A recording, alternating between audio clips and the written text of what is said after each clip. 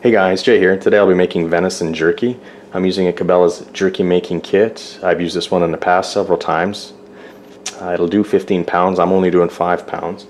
I'm using the cracked pepper and garlic flavor. I haven't tried any of the other flavors. If you have, feel free to comment below. Your opinions are always welcome. But I've always had positive feedback off this flavor, and like I say, I've used it before and I've used it in my sausages. It's excellent and it's very affordable.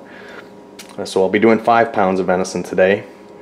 Before I do anything, I will be cutting out the silver skin, which is the gristly, hard to chew pieces in there. Once I have those out, the bulk of it out, I'll then be cutting slices 1/4 inch thick on my jerky board.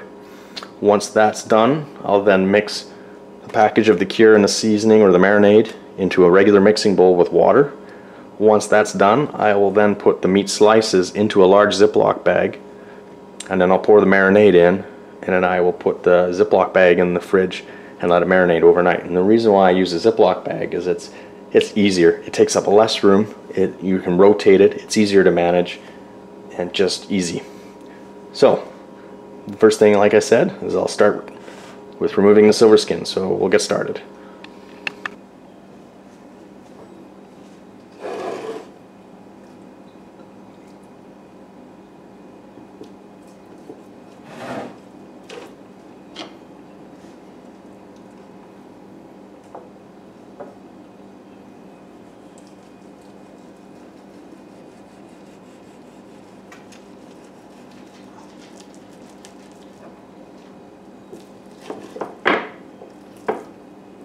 It comes out nice, just a nice thickness.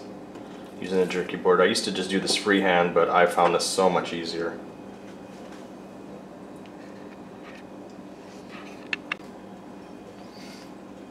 I used to do this freehand, but I'm using the jerky board now, and I gotta say I do like it. I'm a little more precise on my cuts. One thing I will recommend is make sure the meat's a little bit frozen. You know, if it's completely thawed, it's a little too floppy, but you definitely get nice cuts using the board. Look at that. All the same thickness, very uniform, very easy. But like I say, I used to do it freehand, so you can do that too. There's nothing wrong with it. It's your jerky. Make it how you want it. Okay, as you can see, I have my meat. It's all sliced up here to the thickness that I want for jerky. That's going to be really nice. That's going to turn out okay. So now the next step is to mix the two packages together along with 1/2 cup of cold water in a regular mixing bowl. Okay, so as you can see, I got the mix there. It's very peppery. Very peppery. So now I'll add in the cure and my 1/2 cup of water here. And what I'm also going to do is, as I mix this, I'm also going to cut some thinner strips out of the meat, just a little bit smaller. I got some pretty big cuts in there. So once I've done that, and I'll put it in a Ziploc bag, and then I'll add the marinade. Okay guys, I got all the meat sliced up and in the Ziploc bag, and now I'm just going to mix in the marinade and put it in the fridge and let it sit overnight. Actually, it's not that simple or done yet. I'm also going to make sure that it's all mixed throughout the meat so that there's no red pieces, almost like kneading dough. I'm just going to make sure it's thoroughly mixed in all of the meat, and I'll leave it overnight. And I'll actually, more than likely, every time I walk by the fridge or in the kitchen, I'll roll it over again. I'm certainly also not going to leave with all this air in the bag. I'm just doing this while I try to get it around all the meat. So basically you want to make sure all the meat is coated with the marinade, and every time you walk by the fridge, flip it over, rotate it, and just help get the meats seasoned, basically. Okay guys, it looks good. It's pretty uniform. It's mixed all around. I don't have any red streaks.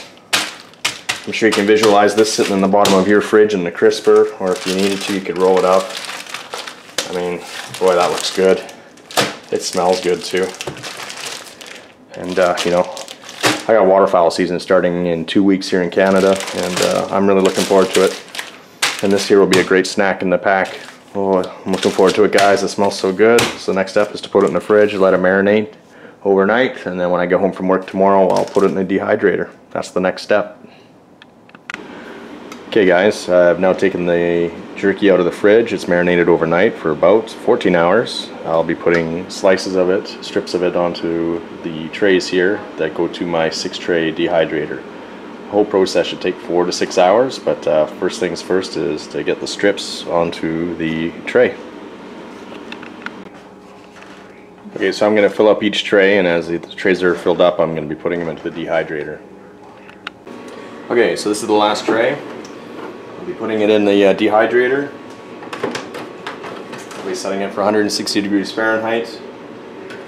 And I'll let it sit there for 4 to 6 hours. You can do this in an oven on a cookie sheet. You can also use a smoker like I have, but I'm choosing to use the dehydrator just because it's easier, and I prefer to stay indoors today. So 4 to 6 hours, then I'll throw it in the oven for about 10 minutes at 275 degrees just to make sure there's no issues on the meat being safe to eat. Okay, so the jerky is definitely done. Internal temperatures have reached 160 degrees Fahrenheit. It's been in here in the dehydrator for about 5 hours. As you can see, it's nice, it bends, it cracks. It looks good, it smells good too, but it doesn't break. So now I'll vacuum seal them. I'll do that in another video. Some people just put them into Ziploc bags. Other people put their jerky into glass jars. I may put the bigger pieces on a cookie sheet for about 10 minutes in the oven at 275 degrees just to make sure they're super safe to eat, but I'm really not worried I'd eat any of this right now. In fact, I will be eating some of this. It smells excellent. So thanks for watching. Please like, please subscribe. Thanks guys.